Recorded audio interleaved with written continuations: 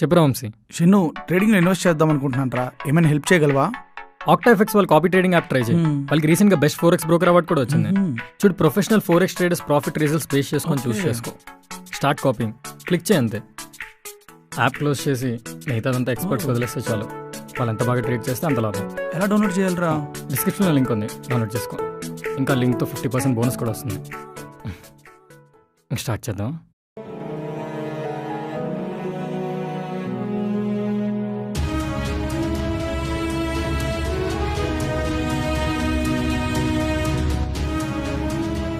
మీ అన్నయ్య రాగానే ఇచ్చేసేయి. మీరే ఇవ్వచ్చు కదండి. వద్దు లక్ష్మి, నువ్వే ఇచ్చేసేయి. నాకు ఆఫీస్ టైం అవుతుంది. డబ్బు జాగ్రత్త.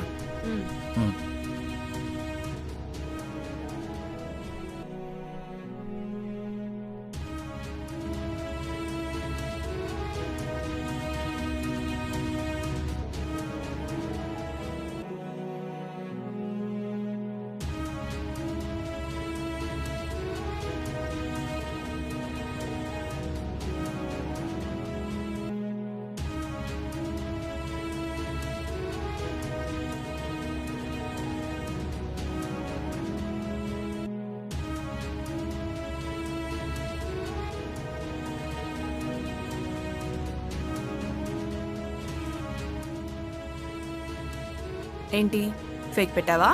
సురేష్ రెఫరెన్సా? Please leave. అంటే అమ్మా అది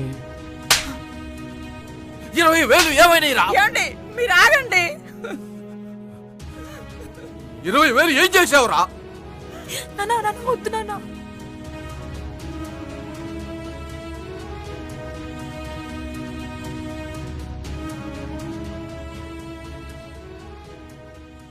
అనిల్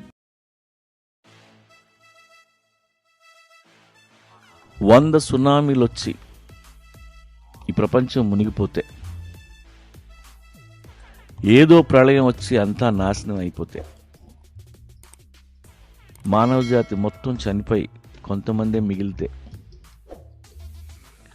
ఆస్ట్రాయిడ్స్ కావచ్చు, ఎర్త్క్వేక్స్ కావచ్చు, అలాంటివి ఏదైనా జరిగి భూమి మీద ఉన్న వెజిటేషన్ నాశనం అయిపోయినా, క్రాప్స్ మొత్తం మంట గెలిచిపోయినా ఏంటి పరిస్థితి? అలాంటి సిచ్యువేషన్ వస్తే మనకు ఒక బ్యాకప్ కావాలి. దానికోసం పెట్టిందే గ్లోబల్ సీడ్ వాల్ట్. నార్వేలో నార్త్ పోల్లో ఉన్న ఒక చిన్న ఐలాండ్లో ఒక కొండను తవ్వారు. 120 మీటర్స్ డెప్త్. అక్కడ ఈ సీడ్ వాల్ట్ పెట్టారు. -18 డిగ్రీస్ టెంపరేచర్లో స్టోరేజ్ ఉంది. ప్రపంచంలో ఉన్న అన్ని దేశాల్లో ఉన్న విత్తనాలన్నీ సేకరించి ఆ సీడ్ శాంపుల్స్ అన్నీ అక్కడ భద్రపరిచారు. పవర్ లేకపోయినా మైనస్ టెంపరేచర్ వెదర్లో విత్తనాలు ఏళ్ల తడబడి ఉంటాయి. It's an ultimate insurance policy for the food supply. ఈ క్లైమేట్ చేంజెస్ వల్ల ఏదైనా జరిగితే మన ఫ్యూచర్ జనరేషన్స్ కోసం దీన్ని మెయింటైన్ చేస్తారు. It will secure for centuries, millions of seeds. ఈ సీడ్ వాల్ట్లో 4.5 మిలియన్ వెరైటీస్ ఆఫ్ క్రాప్స్ ఉన్నాయి. ఒక్కో వెరైటీకి 500 సీడ్లు. మొత్తం 2.5 బిలియన్ విత్తనాలు ఇక్కడ దాచారు. ఆఫ్రికా, ఏషియాలో ఫుడ్ స్టేపుల్ రైస్, వీట్. అలాగే యూరోప్, సౌత్ అమెరికాలో ఉండే eggplant, lettuce, barley, potato, ఇలా ప్రపంచం నలుమూలల నుండి సేకరించి పెట్టారు. Their idea is to safeguard world's unique crop genetic materials. వీటిని జీనీ బ్యాంక్స్ అంటారు. మీకు కావాలంటే ఇక్కడ ఒక లాకర్ ఇస్తారు. మీకు నచ్చినవి ఎక్కడా దొరకని సీడ్స్ ఇక్కడ దాచుకోవచ్చు. దాన్ని బ్లాక్ బాక్స్ అంటారు. ఇది మన అందరికీ తెలియాలి. లేదంటే అందరూ చచ్చిపోయి మిగిలిన కొద్ది మందికి అసలు ఇక్కడ సీడ్ వాల్ట్ ఉన్న విషయం తెలియకపోతే ఎలా? చేసింది మొత్తం వేస్ట్ అయిపోయినట్టే. అందుకే చెప్తున్నా, ఫ్యూచర్లో తప్పకుండా అలాంటి దరిద్రాలు మనం చూడబోతున్నాం. ఏదో ఒక రోజు కొంతమంది సీడ్ వాల్ట్ దగ్గరికి వెళ్ళి దాన్ని ఓపెన్ చేసే రోజు వస్తుంది. ఆ రోజుకి ఆ సీడ్ వాల్ట్ మానవ జాతికి పెద్ద నిధిలా కనిపిస్తుంది. ఎందుకనే మంచిది మీ పిల్లలు కూడా చెప్పండి. ఆ నిధి నార్వేలో ఉంది. ఆ ఐలాండ్ పేరు స్పిట్స్ బర్జన్.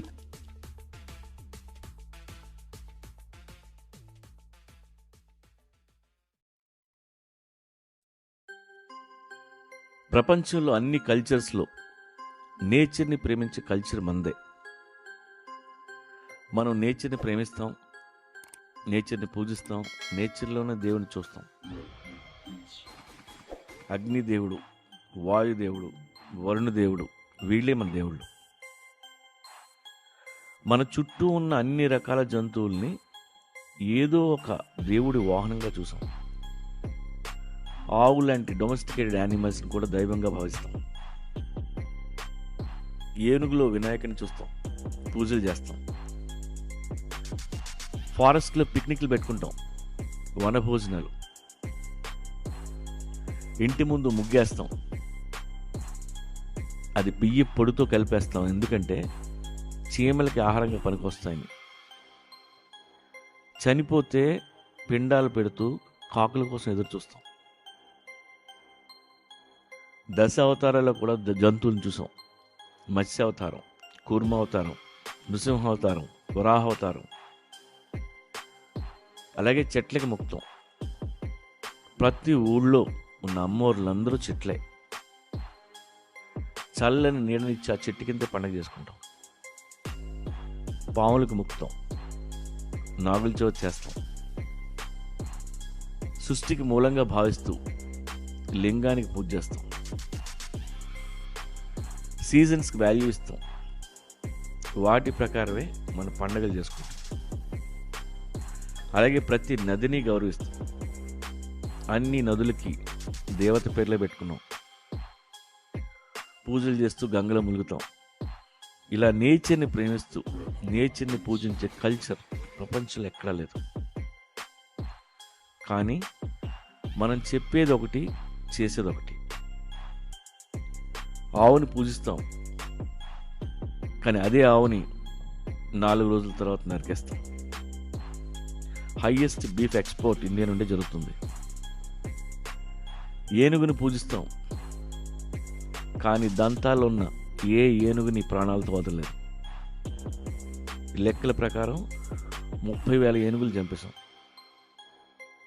బిగ్గెస్ట్ లెదర్ ఎక్స్పోర్ట్ కూడా మందే. కుంకుమ రాసిన చెట్టును తప్ప మిగిలినన్నింటినీ నరికేస్తాం. ప్రతి సంవత్సరం మిలియన్స్ ఆఫ్ హెక్టార్స్ డిఫారెస్టేషన్ జరుగుతుంది. శివుడి మెళ్ళ పామును తప్ప మిగతా ఏ పాము కనపడినా కర్రించుకొని కొడతాం. కుంభమేళాల పేరుతో దేవతల లాంటి నదులు నాశనం చేశాం. వరల్డ్స్ మోస్ట్ పొల్యూటెడ్ రివర్ మన తల్లి గంగా ప్లాస్టిక్ బాటిల్స్తో కలిసి రోజు 100 శవాలు తేలుతూ ఉంటాయి. వాటి మధ్యలో మనం 3 మునకలు వేస్తూ అదే పుణ్యం అనుకుంటూ ఉంటాం. మన కల్చర్ని మనం జెన్యూన్గా పాటించకపోవడం వలన అది సూడో కల్చర్లో అయిపోయింది. మాటలు తప్ప చేతలు లేవు.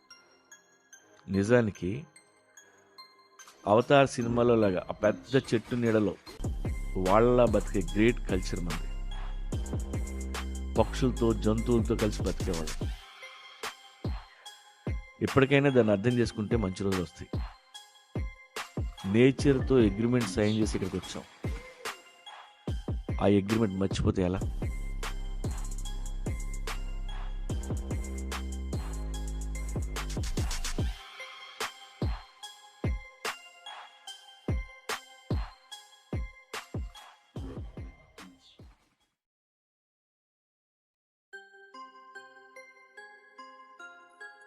రీసైక్లింగ్ అంటే వేస్ట్ మెటీరియల్స్ని మళ్ళీ కొత్త మెటీరియల్స్గా మార్చడం.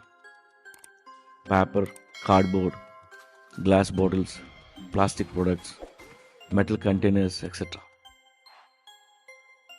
వీటన్నిటినీ రీసైకిల్ చేయొచ్చు. రీసైకిల్ చేయలేని కొన్ని ఉన్నాయి. Food waste, garden waste, polyester, చిరిగిపోయిన బట్టలు, పాడైపోయిన షూజు, పగిలిన గ్లాస్ ముక్కలు, ఇలాంటివి. అయితే రీసైకిల్ చేయదగ్గవి కంపల్సరీగా రీసైకిల్ చేయాలి.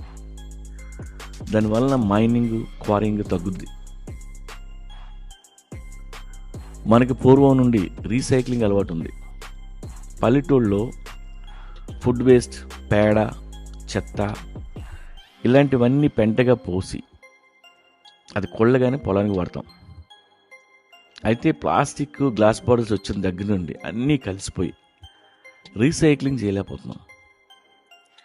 రీసైకిల్ చేయాలంటే వాటిని కేటగిరైజ్ చేయాలి. జపాన్లో కమికాసు అనే ఒక విలేజ్ ఉంది. Zero waste. అక్కడ ప్రపంచం అందరికీ ఆ విలేజ్ ఒక ఎగ్జాంపుల్. అక్కడ చెత్త పడేయడానికి ఒక ప్లేస్ ఏర్పాటు చేశారు.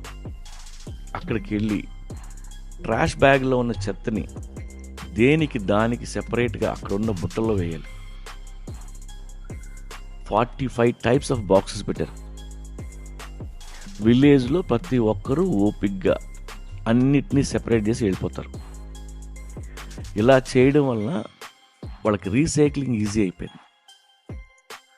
ప్రతి వేస్ట్ని మళ్ళీ యూజ్ చేయగలుగుతున్నారు. ఒకసారి కమికాసు విలేజ్ వీడియోస్ చూడండి, విలేజ్ ముద్దొస్తుంది. అలాగే స్విట్జర్లాండ్లో ప్రతి ఇంటి నుండి ట్రాష్ బ్యాగ్స్ కలెక్ట్ చేసుకుంటారు. అయితే అక్కడ మున్సిపాలిటీ వాళ్ళు ఇచ్చిన ట్రాష్ బ్యాగ్స్నే వాడాలి. ఎందుకంటే ఆ ట్రాష్ బ్యాగ్స్ మీద గవర్నమెంట్ స్టాంప్ ఉంటుంది. మీరు ట్రాష్ బ్యాగ్ ఇవ్వగానే దాన్ని బరువు చూసి మీకు బిల్లు వేస్తారు. మీరు ఎంత చెత్త ప్రొడ్యూస్ చేస్తే అంత డబ్బు కట్టాలి. అందుకే అక్కడ అందరూ ఒళ్ళు దగ్గర పెట్టుకుంటారు. 1 టన్ను పేపర్ని కానీ రీసైకిల్ చేస్తే 20 చెట్లు కాపాడినట్టు, 7,000 గ్యాలన్స్ వాటర్ సేవ్ చేసినట్టు, 2 barrels of oil, 4,000 kilowatts electricity మనం సేవ్ చేసినట్టు లెక్క. ప్రతి ఫ్యామిలీకి యావరేజ్న సంవత్సరానికి 6 పెద్ద చెట్లు నరికితే వచ్చే పేపర్ కావాలి. ఆ ఫ్యామిలీ కానీ 100 ఏళ్ళు బతికితే 600 చెట్లు వాడేసినట్టే. మొక్కలు ఎలాగూ పెంచడం లేదు, కనీసం రీసైకిల్ అని చేద్దాం. అలా చెయ్యాలంటే మీ దగ్గర ట్రాష్ని, పేపర్ బాటిల్స్, ప్లాస్టిక్ ఇలా వేటికి వాటిని సెపరేట్ చేయండి. అప్పుడే అవి రీసైకిల్కి ఉపయోగపడతాయి. అన్నీ కలిపి గుట్టగా పోసేస్తే ఉపయోగం లేదు. నీ ఇంటి ముందు ఒక ప్లాస్టిక్ పడేస్తే అది కొల్లడానికి నువ్వు, నీ మనవలు, ముని మనవలు, వాళ్ళ ముని మనవలు, ఇలా జనరేషన్స్ పట్టుద్ది. అడవిలో ట్రాష్ ఉండదు. ఏ జంతువు ట్రాష్ క్రియేట్ చేయదు. ఈ భూమి మీద ట్రాష్ క్రియేట్ చేసే ఏకైక స్పీషీస్ హ్యూమన్స్. చెత్తనా పులులు, చెత్తనా ఏనుగులు అనం కదా, కానీ చెత్తనా కొడుకులు అంటారు. అది మనమే.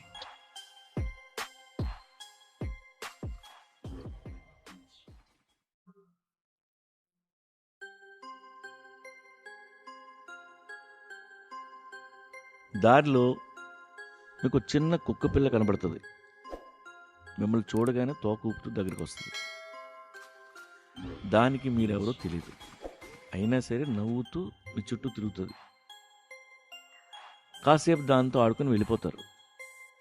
మీరు తిరిగి వచ్చేసరికి అది ఇంకెవరితోనో ఆడుతూ ఉండటం చూస్తారు. అందరికీ ఆ కుక్క అంటే ఇష్టం. నిమిషం తిరగకుండా ఫ్రెండ్ అయిపోతుంది. దాంతో కాసేపు ఉన్నా హాయిగా ఉంటుంది మీకు. ఆ కుక్కలో ఉన్నది friendliness. Friendliness is a quality, అది రిలేషన్ కాదు. ఫ్రెండ్షిప్ వేరు, ఫ్రెండ్లీనెస్ వేరు. ఫ్రెండ్షిప్లో ఫ్రెండ్ ఉంటాడు, ఫ్రెండ్లీనెస్లో ఎవ్వడూ ఉండడు, నువ్వే ఉంటావు. నీకు ఇష్టమైన మనిషితో ఫ్రెండ్లీగా ఉండొచ్చు, అసలు వాడెవడో తెలియకపోయినా వాడితో కూడా ఫ్రెండ్లీగా ఉండొచ్చు. ఫ్రెండ్లీనెస్ మన ఇన్నర్ క్వాలిటీ అయి ఉండాలి. ఎక్కడో అడవిలో అందమైన పువ్వు పూస్తుంది. దాన్ని ఎవడైనా వాసన చూసినా చూడకపోయినా అదంతే, వాసన వెదజల్లుతూ ఉంటుంది. బేసిక్గా అది ఎవడి కోసమో పూయదు, ఎవడి కోసమో పరిమళించదు. అది దాని లక్షణం. మనం కూడా పువ్వులా ఉండాలి. ఫ్రెండ్షిప్ చేయాలంటే ఫ్రెండ్ కావాలి, లవ్ చేయాలన్నా పార్ట్నర్ కావాలి. ఏ రిలేషన్షిప్ కోరుకున్నా ఎవరో ఒకరు కావాలి. ఫ్రెండ్లీనెస్కి మాత్రం ఎవ్వరూ అక్కర్లేదు. నీతో నువ్వు కూడా ఫ్రెండ్లీగా ఉండొచ్చు. నీ మీద నీకే ఎందుకంత కోపం? నీ మీద నీకు ఎందుకంత ఫ్రస్ట్రేషన్? నీతో నువ్వు కూడా స్నేహంగా ఉండొచ్చు కదా. మనందరికీ మనతో మనం ఫ్రెండ్లీగా ఉండటం తెలియదు. చాలాసార్లు మనల్ని మనమే శిక్షించుకుంటాం. మన పట్ల మన బిహేవియర్ బాగుండదు. ఫ్రెండ్లీనెస్ నీలో ఉంటే నీతో నువ్వే కాదు, రాళ్ళు రప్పలతో ఫ్రెండ్లీగా ఉండొచ్చు, చెట్లు మొక్కలతో ఫ్రెండ్లీగా ఉండొచ్చు. నువ్వు ఫ్రెండ్లీగా చూడాలే కానీ నక్షత్రాలు కూడా నిన్ను పలకరిస్తాయి. నదిలో నీళ్లు నిన్ను తడుముకుంటూ పోతాయి. చల్లని గాలి నిన్ను ఉక్కిరిబిక్కిరి చేస్తుంది.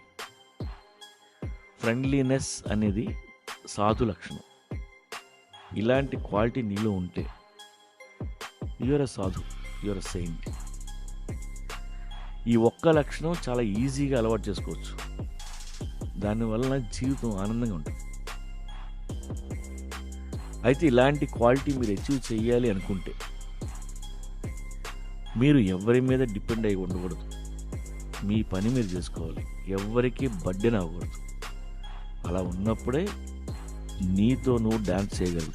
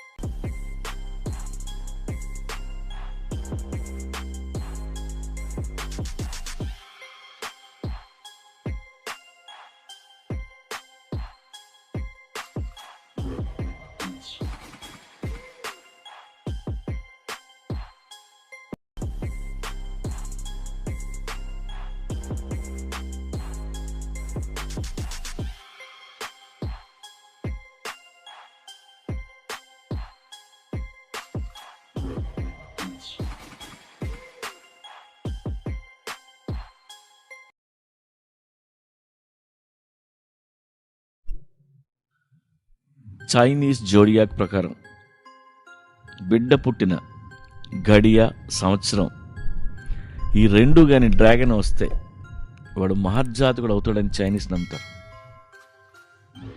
కరెక్ట్గా అదే టైంలో డ్రాగన్ లాంటి కుర్రాడు శాన్ ఫ్రాన్సిస్కోలో పుట్టాడు. వాడే బ్రూస్లీ.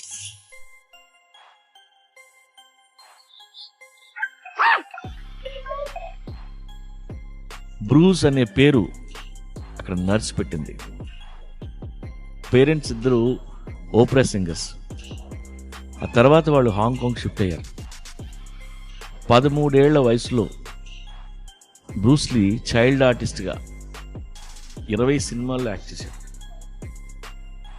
ఇప్ మ్యాన్ అనే గురువు దగ్గర కుంఫు నేర్చుకున్నాడు. ఇంటర్ స్కూల్ బాక్సింగ్ ఛాంపియన్షిప్ కొట్టాడు. ఎవరికీ తెలియని ఇంకోటి ఉంది, హి వాజ్ ఎ టెరిఫిక్ డాన్సర్. 18 ఏళ్ల వయసులో హాంకాంగ్ చాచా ఛాంపియన్షిప్ కొట్టాడు. సినిమా ఫీల్డ్ అంటే పేరెంట్స్ ఎంకరేజ్ చేయలేదని $100 దొరికితే America ship ఎక్కేశాడు.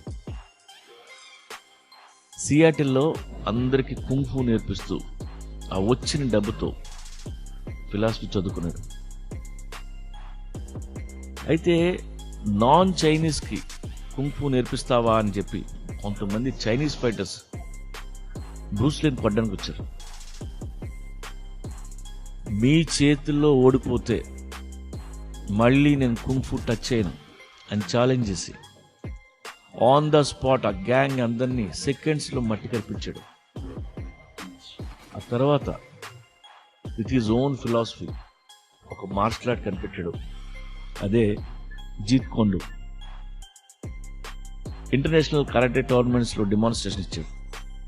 He invented 1 inch punch. Philosophy టీచర్గా పనిచేస్తూ లిండా అనే స్టూడెంట్ని పెళ్లి చేసుకున్నాడు. వాళ్ళిద్దరికి కొడుకు పుట్టాడు. వాడి పేరు బ్రాండన్ లీ. ఆ తర్వాత లాస్ ఏంజల్స్లో బ్రూస్లీ ఒక స్క్రీన్ టెస్ట్ ఇచ్చాడు. ఫ్యామిలీ కష్టాలు తట్టుకోలేక చిన్న చిన్న టీవీ సిరీస్లో మూవీస్లో రోల్స్ చేశాడు.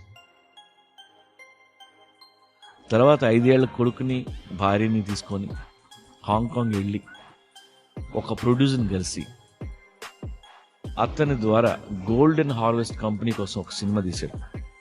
అదే ద బిగ్ బాస్. అప్పట్లో అది బాక్స్ ఆఫీస్ రికార్డులన్నీ బద్దలుగొట్టింది. దాని తర్వాత the first ever Hong Kong American production with Warner brothers, అదే ద గేమ్ ఆఫ్ డెత్. ఈ సినిమాతో హాంకాంగ్ ఫిల్మ్ ఇండస్ట్రీ చరిత్ర మారిపోయింది. That industry became international. ఆ తర్వాత enter the dragon cinema complete అయింది. కానీ ఓ రోజు హెడేక్ వచ్చిందని ఒక పెయిన్ కిల్లర్ ట్యాబ్లెట్ తీసుకొని కోమాలోకి వెళ్ళిపోయి చచ్చిపోయాడు. Enter the dragon first copy అతను చూడలేదు, చూడకుండానే చనిపోయాడు. But is death remains a conspiracy. Bruce Lee చెప్పిన కోట్ అంటే నాకు చాలా ఇష్టం. దేవుణ్ణి ఎప్పుడూ ఈజీ లైఫ్ ఇమ్మని కోరుకోవద్దు, వాడు పెట్టే కష్టాలు తట్టుకునే శక్తిని ఇమ్మని ఆ దేవుణ్ణి అడుగు. మీకు తెలుసా, అన్ని కంబాట్ స్పోర్ట్స్ కలిపి ప్రపంచంలో మిక్స్డ్ మార్షల్ ఆర్ట్స్ స్టార్ట్ చేసింది బ్రూస్లీని. బ్రూస్లీ కంటే గొప్ప ఫైటర్స్ చాలా మంది ఉండొచ్చు, but the intensity in his eyes stunning. He inspires everyone. కొట్టే పంచనకి థీరీ చెప్తాడు. అతనిలో ఉన్న ఫిలాసఫీకి అందరూ ఫ్లాట్ అయిపోతారు. Be formless, shapeless like water. You put water into a cup, it becomes the cup. You put water into a bottle, it becomes the bottle. You put into a teapot, it becomes the teapot. Now water can flow or it can crash. Be water, my friend. అతి చిన్న వయసులో 32 ఏళ్లకే చనిపోయాడు. లైఫ్లో అతను చేసిన work చాలా తక్కువ. అయినా ప్రపంచంలో ప్రతి చిన్న పల్లెటూరులో ప్రతి ఒక్కరికి బ్రూస్లీ పేరు తెలుసు. That's the impact of Bruce Lee.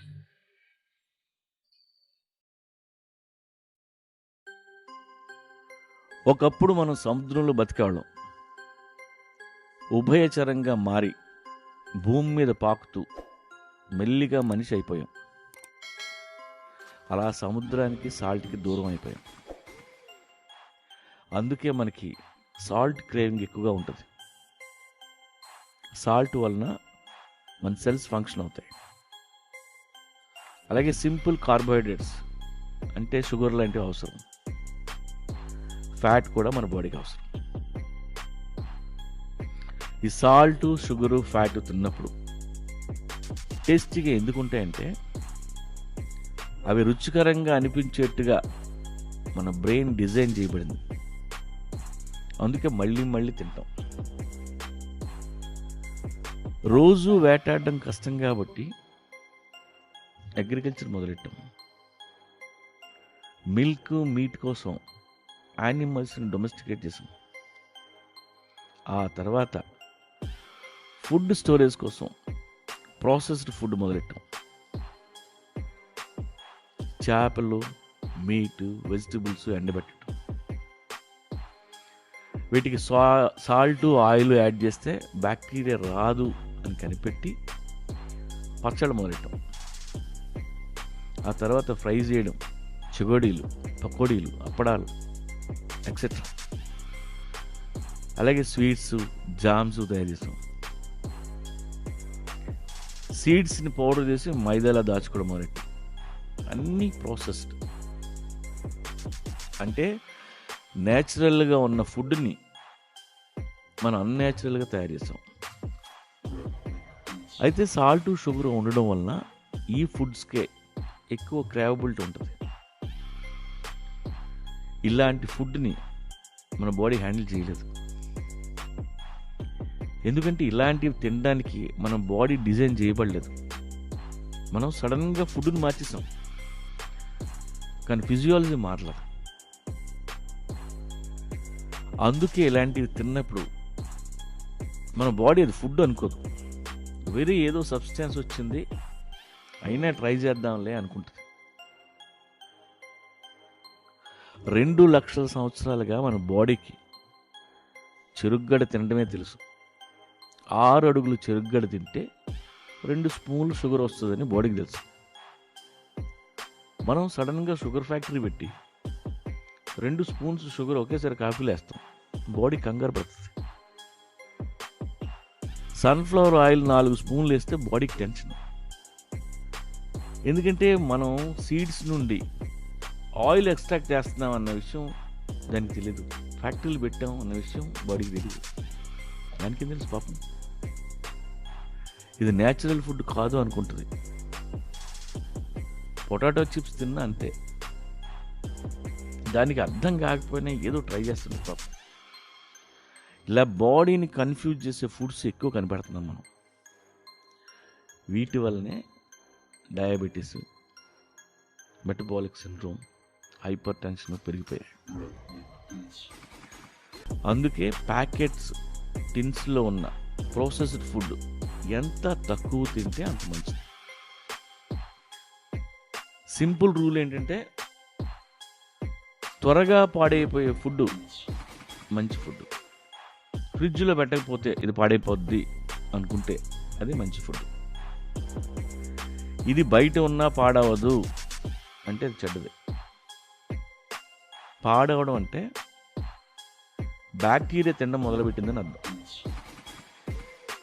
జంతికలు, చెగోడీలు, పచ్చళ్ళ వైపు బ్యాక్టీరియా కన్నెత్తి కూడా చూడదు. బ్యాక్టీరియానే థూ అనుకున్న ఫుడ్ మనకెందుకు? ఆ బ్యాక్టీరియా ఏం తింటే మనం అదే తిన్నాం.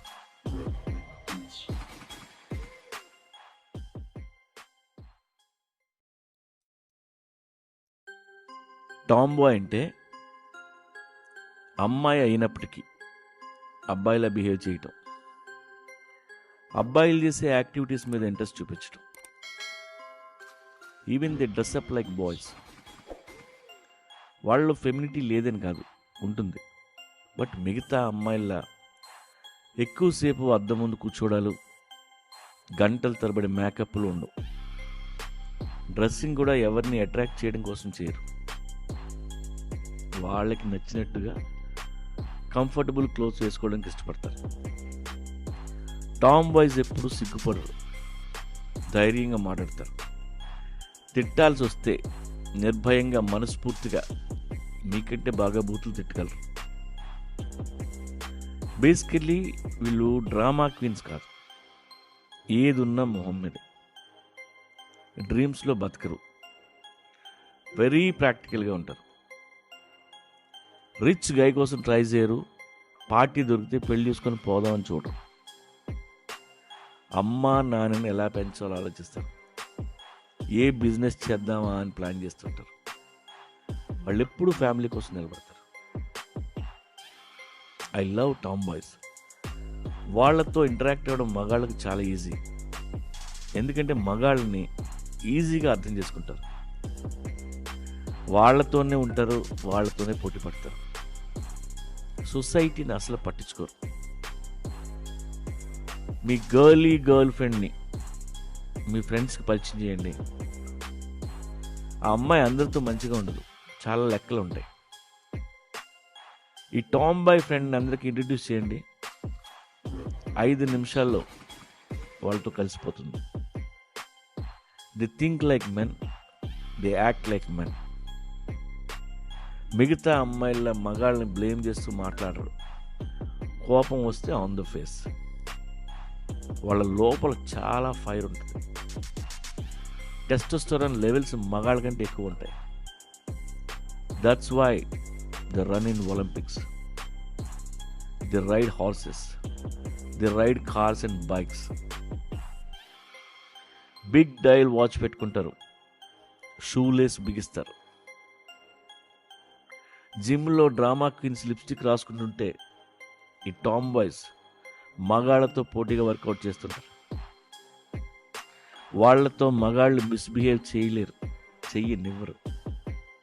You can't rape them because they are rebels. ఆఫీస్లో మీ పక్క డెస్క్లో వర్క్ చేస్తుంటారు, అర్ధరాత్రి రోడ్డు మీద నిల్చొని ట్యాక్సీ ఆపుతుంటారు. పార్టీ తర్వాత ఫ్రెండ్స్ అందరినీ ఇళ్లల్లో డ్రాప్ చేసి చివరిగా తను ఒక్కతే ఇంటికి వెళ్ళేది టామ్ బాయ్. టామ్ బాయ్స్ వల్లనే ఈ ప్రపంచం మారుతుంది. Hats off to the women in military, women in police, sports, music, dance, working women in various departments and rebel wives. వీళ్ళే ఉమెన్కి రెస్పెక్ట్ తీసుకొచ్చేది. కూతురు మగరాయిలా తిరుగుతుంటే మీకు భయమేయచ్చు. ఇది ఇలా ఉంటే దీన్ని ఎవడు చేసుకుంటారా దేవుడా అని కంగారు పడదు. అలాంటి కూతురు ఉన్నందుకు సంతోషించండి. కాలర్ పట్టుకుని మగాన్ని కొట్టే ఆడపిల్ల మనకు కావాలి. పిల్లల మీద చెయ్యేస్తే నరికేసే కాళికా దేవి కావాలి. అందరూ కలిసి అమ్మోరికి ఎందుకు మొక్కుతున్నారు? కాట తీస్తుంది కాబట్టి.